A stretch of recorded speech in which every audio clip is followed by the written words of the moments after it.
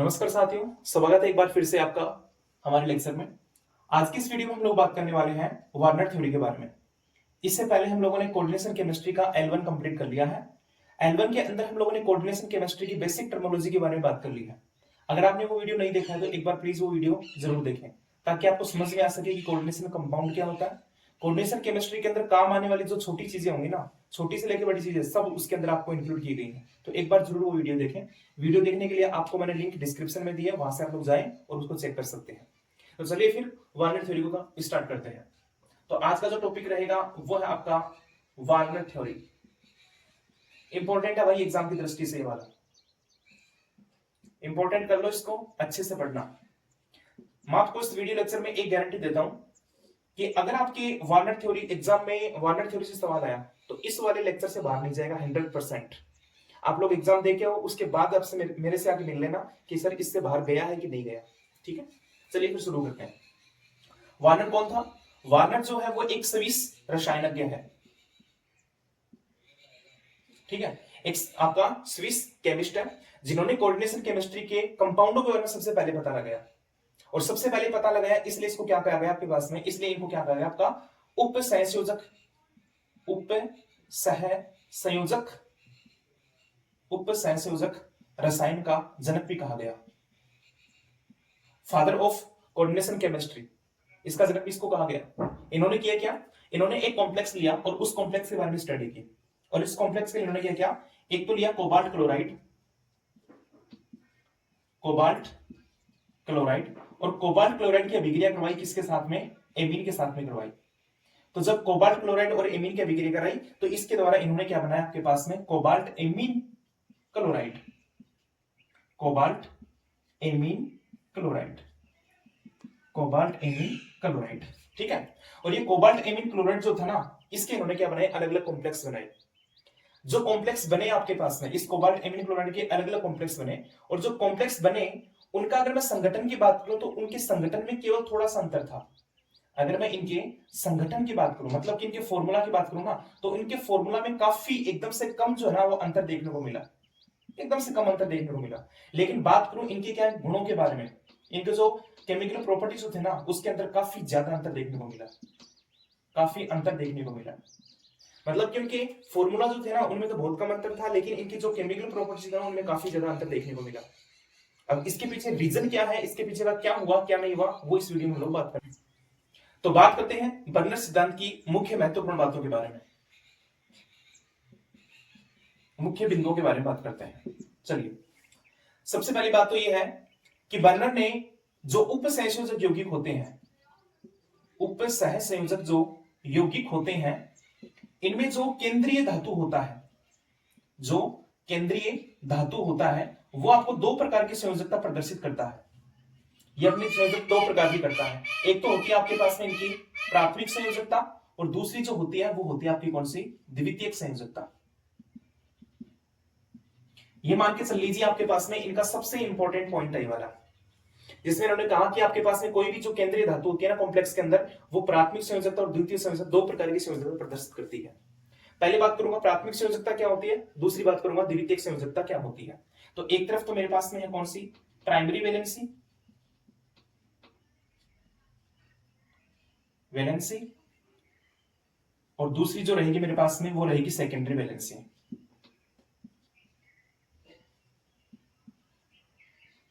ठीक है, primary valency क्या होती है, पहली बात तो ये है कि ये आयनिक प्रकार की है, आयनिक प्रकार की है। इनको समझाने के बाद मैं आपको ट्रिक बताऊंगा जिससे तुम लोग सीधा पता लगा सकते हो कौन सी तो प्राथमिक है कौन सी द्वितीयक है। ये होती है आयनिक प्रकार की। ठीक है, आयनिक प्रकार का मतलब ये हो गया कि इनको जैसे तुम लोग जल में डालोगे ना कॉम्प्लेक्स को, तो ये वाली टूट जाएगी, ये मतलब कि अलग हो जाएगी आपके पास में। दूसरा, ये वाली क्या होती है, जबकि ये वाली अनआयनिक प्रकार की होती है, अनआयनिक प्रकार की होती है। ये कौन सी होती है, अनआयनिक प्रकार की होती है। ये वाली जो आपके पास में इस प्रकार की जो प्राइमरी जो वैलेंसी होती है वो सामान्यतः धातु की ऑक्सीकरण अवस्था को प्रदर्शित करती है। ये वाली क्या करती है आपके पास में, धातु की ऑक्सीडेशन स्टेट को प्रदर्शित करती है। क्या करती है भाई, धातु की ऑक्सीडेशन स्टेट को प्रदर्शित करती है। जबकि ये वाली क्या करती है, ये वाली जो आपकी वो धातु की समन्वय संख्या को प्रदर्शित करती है। जबकि ये वाले क्या करते हैं, धातु की समन्वय संख्या को प्रदर्शित करती है। जो प्राथमिक संयोजकता होती है वो सामान्यतः आपके पास में क्या होती है, सामान्यतः आपकी धनायन या फिर ऋणायन के द्वारा संतुष्ट होती हैं। किसके द्वारा, या तो फिर धनायन के द्वारा होंगी या फिर किसके द्वारा होती है, ऋणायन के द्वारा संतुष्ट होती है। जबकि अगर मैं बात करूं आपके पास में किसकी, द्वितीयक संयोजकता की, तो द्वितीयक जो संयोजकता होती है ना वो किसके द्वारा, वो धनायन भी हो सकता है, वो ऋणायन भी हो सकता है, और आपके पास में उदासीन भी हो सकता है। कौन कौन, धनायन हो सकता है, ऋणायन हो सकता है, उदासीन हो सकता है, उसके द्वारा क्या होती है आपके पास में, संतुष्ट होती है।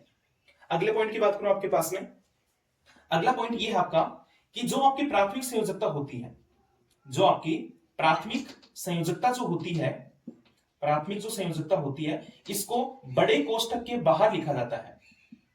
क्या करते हैं हम लोग, इसको बड़े कोष्ठक के बाहर लिखा जाता है। जैसे एग्जांपल के रूप में बात करूं आपका, जैसे मैंने एग्जांपल लिया आपका कौन सा, K4 FeCN6, ये वाला। तो इसके अंदर जो ये आपके पास में जो बाहर दिखाई दे रहा है ना, ये कौन से आपके पास में इसकी प्राथमिक संयोजकता है, जबकि ये कॉम्प्लेक्स के अंदर जो हम कौन है आपका द्वितीयक संयोजकता है। तो मैं ये कह सकता हूं ना कि जो द्वितीयक संयोजकता होती है वो बड़े कोष्ठक के अंदर लिखी जाती है। तो जो सेकेंडरी वैलेंसी जो होती है वो बड़े कोष्ठक की क्या होती है भाई साहब, अंदर लिखी जाती है। क्या होती है, अंदर लिखी जाती है। ये वाले आयनिक प्रकार की होती है, आयनिक का मतलब ये वाले टूट जाती है, जैसे इनको जल में डालोगे या आयनिक हो जाती है। जैसे तुम लोग इसको जल में डालोगे ना तो ये किस में टूट जाएगा आपका, ये टूट जाएगा आपके पास में 4K+ के रूप में, और ये कॉम्प्लेक्स आपका वैसा का वैसा बना देगा। जबकि तुम लोग क्या करोगे, आपके पास में जो प्राइमरी जो सेकेंडरी वैलेंसी है जिसमें कौन बचेगा आपका FeCN6, ये जो है इसको अगर तुम लोग क्या करते हो आपके पास में अगर जल में डालते हो तो ये वाला जैसा है वैसा का वैसा बना रहेगा, ये टूटेगा नहीं आपका। तो कोई भी जो आपके पास में वर्णन के अनुसार कोई भी जो मेटल होता है आपके पास में दो प्रकार की संयोजकता प्रदर्शित करता है। एक होती है आपके पास में प्राथमिक संयोजकता और दूसरी कौन सी होती है, द्वितीयक संयोजकता। प्राथमिक संयोजकता जो है वो कैसी होती है, आयनिक प्रकार की होती है। सामान्यतः क्या करती है, धातु के ऑक्सीडेंट स्टेट को प्रदर्शित करती है। ये धनायन या फिर ऋणायन के द्वारा संतुष्ट हो सकती है। और तीसरी जो है आपके पास में वो क्या है, वो ये है कि प्राथमिक संयोजकता को कोष्ठक के बाहर लिखा जाता है, जो बड़ा कोष्ठक होता है उसके बाहर लिखा जाता है। मैं सेकेंडरी वैलेंसी की बात करूं तो सेकेंडरी वैलेंसी पहली बात तो ये कौन सी प्रकृति की होती है, अनायनिक प्रकृति की होती है। इसको अगर तुम लोग पानी में डालोगे तो टूटेगा नहीं। जैसे इसमें मैंने आपको ये कॉम्प्लेक्स दिया, तो इस कॉम्प्लेक्स के अंदर Fe और जो Cn है ना, ये दोनों के दोनों इसको जैसे जल में डालो तो ये टूटेंगे नहीं आपस में। मतलब ये कौन सी संयोजकता को प्रदर्शित कर रहा है आपके पास में, द्वितीयक संयोजकता को। जबकि आपके पास में K4 जो है आपका वो K+ जो है आपको किसको प्रदर्शित कर रहा है, प्राथमिक संयोजकता को प्रदर्शित कर रहा है। अगली बात ये है कि जो सेकेंडरी वैलेंसी जो होती है वो धातु की क्या होती है, आपकी समन्वय संख्या होती है। तीसरा है कि जो सेकेंडरी वैलेंसी होती है वो धनायन, ऋणायन या फिर उदासीन किसी के द्वारा भी कंप्लीट हो सकती है। और मैं सामान्यतः ये कह सकता हूं कि जो धनायन, ऋणायन और जो उदासीन जो होते हैं ना, वो सामान्यतः आपके कौन होते हैं, वो सामान्यतः आपके लिगेंड ही होते हैं। कौन होते हैं भाई, आपके लिगेंड ही होते हैं।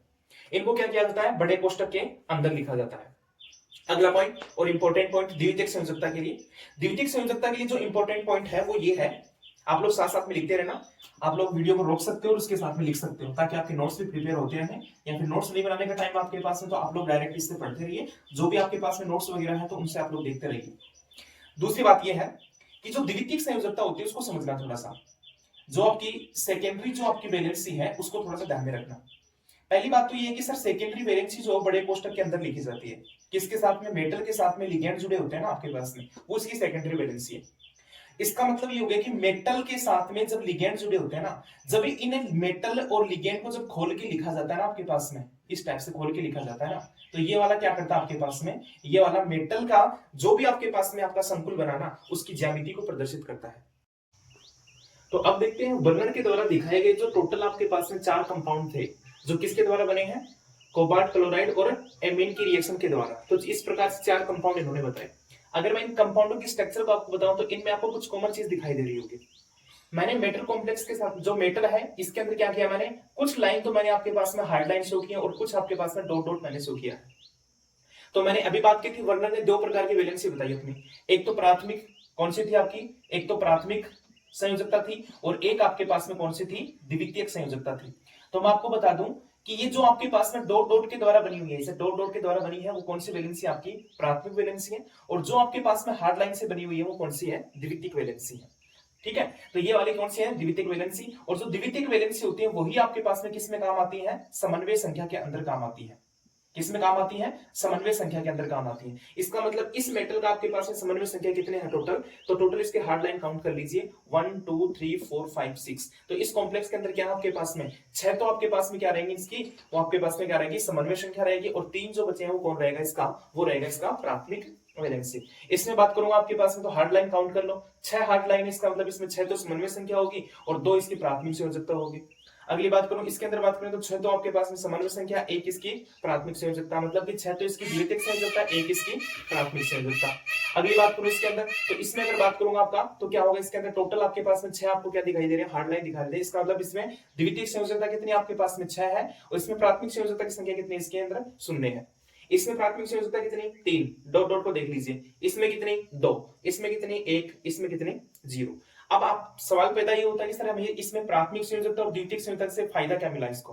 तो देखो आपको बताऊंगा कि इस प्राथमिक संयोजकता से और द्वितीयक संयोजकता से हम लोग क्या कर सकते हैं, इनका फॉर्मूला बना सकते हैं। इनका जो फॉर्मूला बनेगा कैसे वो आपको बता देता हूं।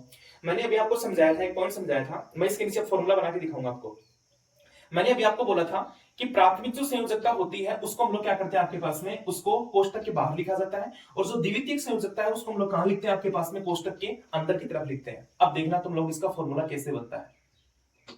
फॉर्मूला बहुत काम में आएगा, ध्यान में रखना चाहिए कि चारों को चारों कंपाउंड ध्यान में रखना भाई। देखो सबसे पहले एक बड़ा कॉम्प्लेक्स बनाओ, बड़ा कोष्टक बनाओ। बना लिया कोष्टक। कोष्टक में दो चीजें होती हैं, एक तो कौन होता है आपके पास में? आपका मेटल होता है, और दूसरा कौन होता है? लिगेंड। अब आपको पता नहीं लग रहा कि कॉम्प्लेक्स के अंदर ये बड़े कोष्टक के अंदर क्या होगा, तो इसके लिए मैंने आपको बोला कि जो इसका लेक्चर नंबर 1 है उसको जरूर देखो आप लोग, ताकि आपको सारी बात समझ में आ सके। ठीक है, तो ये तो हो गया कौन? आपका सेंट्रल एटम हो गया, आपका हो गया आपके पास में लिगेंड। लिगेंड आपके पास में क्या करना आपको, इसके अंदर लिगेंड आप देखो, एक तो एमीन है, एक क्लोरीन है। अब दोनों में से एक लिखूं किसको, तो इसमें जो हार्ड लाइन वाले ना वो रखना है, क्योंकि द्वितीयक संयोजकता हमेशा क्या होती है? कोष्टक के अंदर की तरफ होती है। तो द्वितीयक संयोजकता किस किस के द्वारा पूरी होती है? NH3 NH3 NH3 NH3 NH3, total 6 NH3 है। तो ये हो गया आपके पास में 6 कौन हो गया आपके पास में? NH3। तो ये हो गया NH3 की टोटल कितने आपके पास में? 6 है। अब जो बचा आपके पास में आपका कौन सा? ये Cl Cl Cl। आपको पता है कि Cl के ऊपर चार्ज कौन सा होता है? नेगेटिव चार्ज होता है। तो नेगेटिव वाली स्पीशीज कहां आती है? पहले की बाद में? बाद में आती है, सिंपल बात है। तो फिर ये क्या हो जाएगा आपके पास में? Cl3। तो पहला जो कॉम्प्लेक्स है मेरे पास में ये वाला है, ये कॉम्प्लेक्स रख लो तुम लोग, काम में आएगा आगे। दूसरे की बनाएंगे तो दूसरे में वही काम होगा आपके पास में, एक मैं बताऊंगा, बाकी तुम लोग करोगे। दूसरे करोगे तो क्या करना, जो हार्ड लाइन वाले हैं उनको बड़े कोष्टक में रखो, और जो डॉट डॉट वाले उनको बाहर रखो। तो रखो भाई साहब, तो क्या होगा? सेंट्रल एटम CO हो गया आपके पास में। टोटल कितने? 1 2 3 4 5 6। तो 6 है तो आपके पास में इनमें से क्या है? 5 तो आपके कौन है? NH3 है, और एक आपके पास में कौन है? Cl है। इसका मतलब यहाँ पे तो तीनों Cl जो थे ना वो प्राथमिक संयोजकता का काम कर रहे थे, लेकिन यहाँ पे 3 में से 2 तो प्राथमिक संयोजकता है और एक आपके पास में कौन सा हो गया? द्वितीयक संयोजकता। तो बाहर कितने रहेंगे? 2 Cl ओनली, 2 Cl। ठीक है, इसका तुम लोग खुद बनाओगे, वीडियो को रोक लो और खुद बनाओ। देखो इसका क्या बनेगा, इसका बनेगा CO NH3 का 4 हो गया, इसके साथ में Cl2, और एक Cl क्या हो जाएगा? बाहर हो जाएगा। और लास्ट वाला जो बनेगा उसके अंदर क्या होगा? बाहर कोई होगा क्या? बाहर कुछ भी नहीं होगा, क्योंकि इसके प्राथमिक संयोजकता ही नहीं है। तो प्राथमिक संयोजकता नहीं है तो ये 3 हो गया और ये Cl3 हो गया। तो टोटल मेरे पास में कॉम्प्लेक्स कितने सामने आए? पहला कॉम्प्लेक्स, दूसरा, तीसरा और चौथा। और इन चारों कॉम्प्लेक्स के ऊपर इन्होंने क्या किया? वर्णन ने कुछ अपने क्या किए? एक्सपेरिमेंट किए, और एक्सपेरिमेंट के द्वारा इन्होंने बताया कि प्राथमिक संयोजकता जो होती है ना वो आयनिक प्रकार की होती है, और द्वितीयक संयोजकता अनायनिक प्रकार की होती है। अब वो कौन कौन से एक्सपेरिमेंट थे वो अभी आपके सामने करके दिखाता हूं। टोटल आपके पास में कितने करने हैं आपको? टोटल आपके 3 एक्सपेरिमेंट थे, वो किस प्रकार से हुए हैं वो करके बताता हूं। वो जो एक्सपेरिमेंट थे उनसे सवाल आने की संभावना है। सवाल कैसे आएगा वो आपको बताऊंगा अभी। ठीक है, तो मैं स्टार्ट करता हूं। पहले कॉम्प्लेक्स लिख लेता हूं, फिर आपको उनके एक्सपेरिमेंट कौन कौन से थे वो सब सारे समझाता हूं। तो अब देखिए वर्नर सिद्धांत के एक्सपेरिमेंट, जो इस बात को प्रूफ करेंगे कि आपके पास में कोई भी जो कॉम्प्लेक्स होता है उसके अंदर आपके पास में प्राथमिक संयोजकता भी होती है और द्वितीयक संयोजकता भी होती है। चलिए भाई, तो हम लोग क्या करने वाले हैं अभी? वर्नर सिद्धांत का प्रायोगिक सत्यापन करने वाले हैं। वर्नर सिद्धांत का प्रायोगिक सत्यापन, प्रायोगिक सत्यापन। और प्रायोगिक सत्यापन के अंदर हम लोग क्या करेंगे, इसके कुछ प्रयोग किए हुए हैं, उन प्रयोग को हम लोग यहाँ पे करके बताएंगे आपको। देखो सबसे पहले सुनो, सबसे पहला जो इनका प्रयोग था ना वो था आपके पास में कौन सा था? इनका जो है वो है आयनिक अभिक्रिया। कौन सा भाई? आयनिक अभिक्रिया। आयनिक अभिक्रिया का बेसिक फंडा बता देता हूं कि क्या क्या करवाना था इसके अंदर। ठीक है, उसके बाद में हम लोग कॉम्प्लेक्स रख के देखेंगे। इन्होंने क्या किया आपके पास में, इन्होंने जितने भी कॉम्प्लेक्स थे ना उनकी रिएक्शन करवाई AgNO3 के साथ में। ठीक है। आपको पता है कि इनके कॉम्प्लेक्स कौन कौन से थे, मैं बना देता हूं एक बार कॉम्प्लेक्स के। कौन कौन सा था? पहला जो कॉम्प्लेक्स था उसमें था ये CO, NH3 इसमें कितने थे टोटल? 6 NH3 थे, 3 Cl बाहर थे। दूसरा कॉम्प्लेक्स कौन सा था? दूसरा था सर CO, NH3 था आपका और उसके साथ में 6 था, और कौन सा था आपका? Cl2 बाहर था।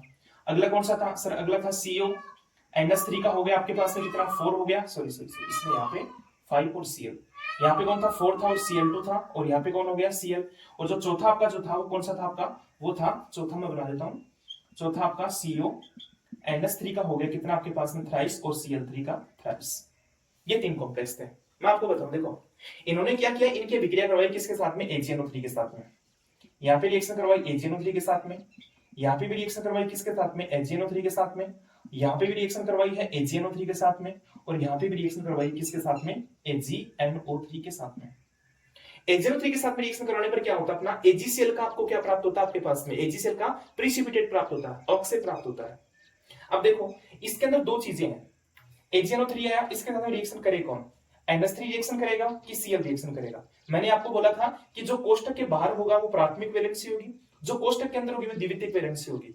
प्राथमिक वैलेंसी हमेशा अभिक्रिया में भाग लेती है, द्वितीयक वैलेंसी कभी भी अभिक्रिया में भाग नहीं लेगी। इसका मतलब ये Cl रिएक्शन करेगा किसके साथ में? AgNO3 के साथ में, और जैसे रिएक्शन करेगा तो Cl यहाँ का Cl NO3 को यहाँ से क्या कर देगा? आपके पास से प्रतिस्थापित कर देगा, और अपने को AgCl का क्या प्राप्त होगा? आपके पास में आपको AgCl का ऑक्साइड प्राप्त होगा। यहाँ पे कौन कितने आपके पास में?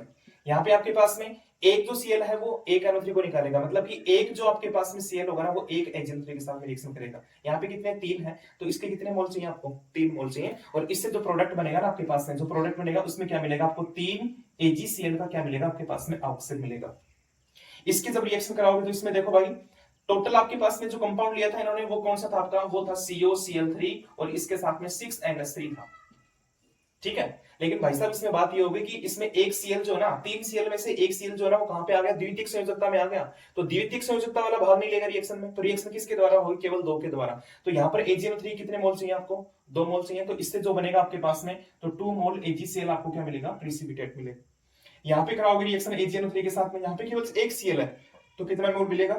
1 मोल AgCl आपको मिलेगा। और यहाँ पे आपके पास में AgNO3 के साथ में रिएक्शन कराओ तो बताओ तुम लोग क्या होगा? रिएक्शन होगी कि नहीं होगी? तो भाई साहब यहाँ पे कोई भी रिएक्शन नहीं होगी, किसी भी प्रकार का ऑक्सीजन प्राप्त नहीं होगा। क्यों नहीं होगा? क्योंकि अपने को पता है कि यहाँ पर सिर्फ Cl ही नहीं है कोई, और जब कोई Cl ही नहीं है तो फिर AgNO3 के साथ में रिएक्शन करेगा कौन आपका? ठीक है। तो इससे जो वर्नर के सिद्धांत का जो पहला जो इसका अभिक्रिया थी ना, इससे सवाल क्या पूछता है? इससे सवाल ये पूछता है, एग्जाम में जो सवाल पूछेगा ना वो आपको बताता हूँ क्या सवाल देता है। मैं आपको पहले समझाता हूँ सवाल क्या देता है। पहला पॉइंट समझ में आ गया, जितना Cl बाहर होगा ना उतने आपके पास में AgCl के ऑक्साइड मिलेंगे। अब सवाल कैसे आता है वो सुन लो। एक सवाल देता हूं आपको, देखना तुम लोग अपना दिमाग लगाना कि किस टाइप से क्या होगा। ये बोलता है कि COCl3NH3 का एक संकुल है, एक संकुल है जो AgNO3 के साथ अभिक्रिया कर 2 मोल AgCl का अवक्षेप बनाता है, 2 मोल AgCl का अवक्षेप बनाता है। अतः उपसहसंयोजक यौगिक का सूत्र बताइए। उपसहसंयोजक यौगिक का सूत्र लिखो। कैसे करोगे भाई इसको?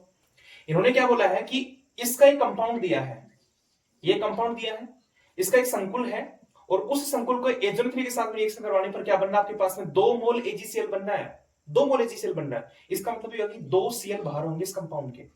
तो इसका कंपाउंड क्या बनेगा? इसका कंपाउंड बनेगा सर ये आपका CO और NH3 आपके पास में हो गया। यहां पे लेता हूं कितना आपके पास है? 4। एक Cl मैंने अंदर लिया और 2 Cl मैं किसका रखूंगा? बाहर रखूंगा।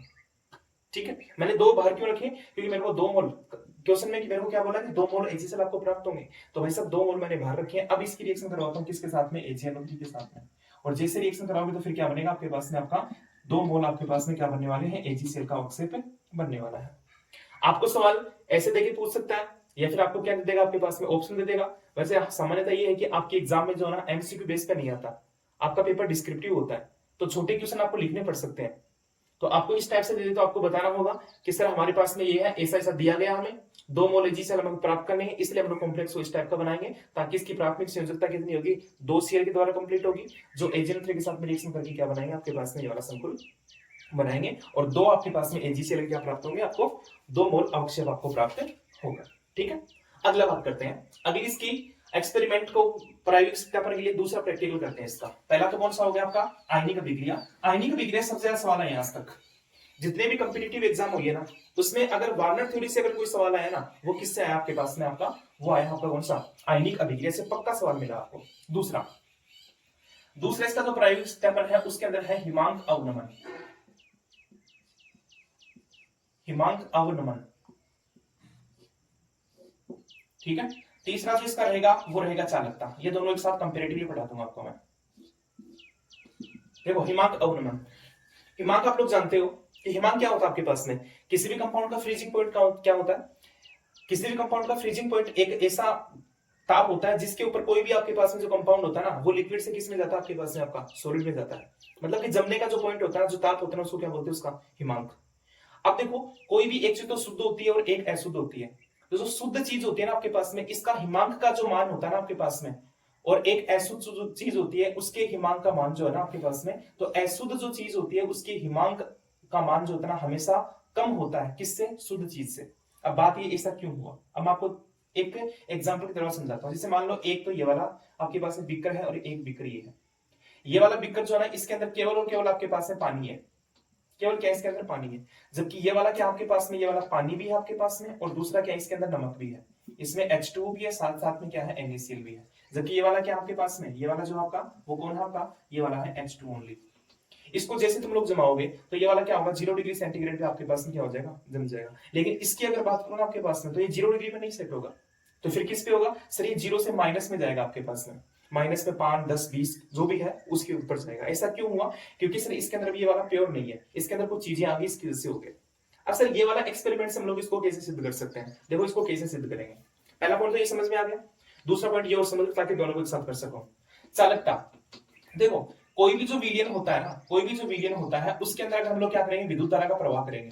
तो विद्युत धारा का प्रवाह जो होता है आपके पास में, वो किसके द्वारा होता है, किसी भी विलयन के अंदर अगर मैं विद्युत धारा को प्रवाहित करता हूं तो वो किस पे डिपेंड करता है, आयनों की संख्या पे डिपेंड करता है, आयनों की संख्या पे डिपेंड करता है। इसका मतलब इसमें जितने ज्यादा आयन होंगे आपके पास में विद्युत धारा का मान भी उतना ज्यादा होगा।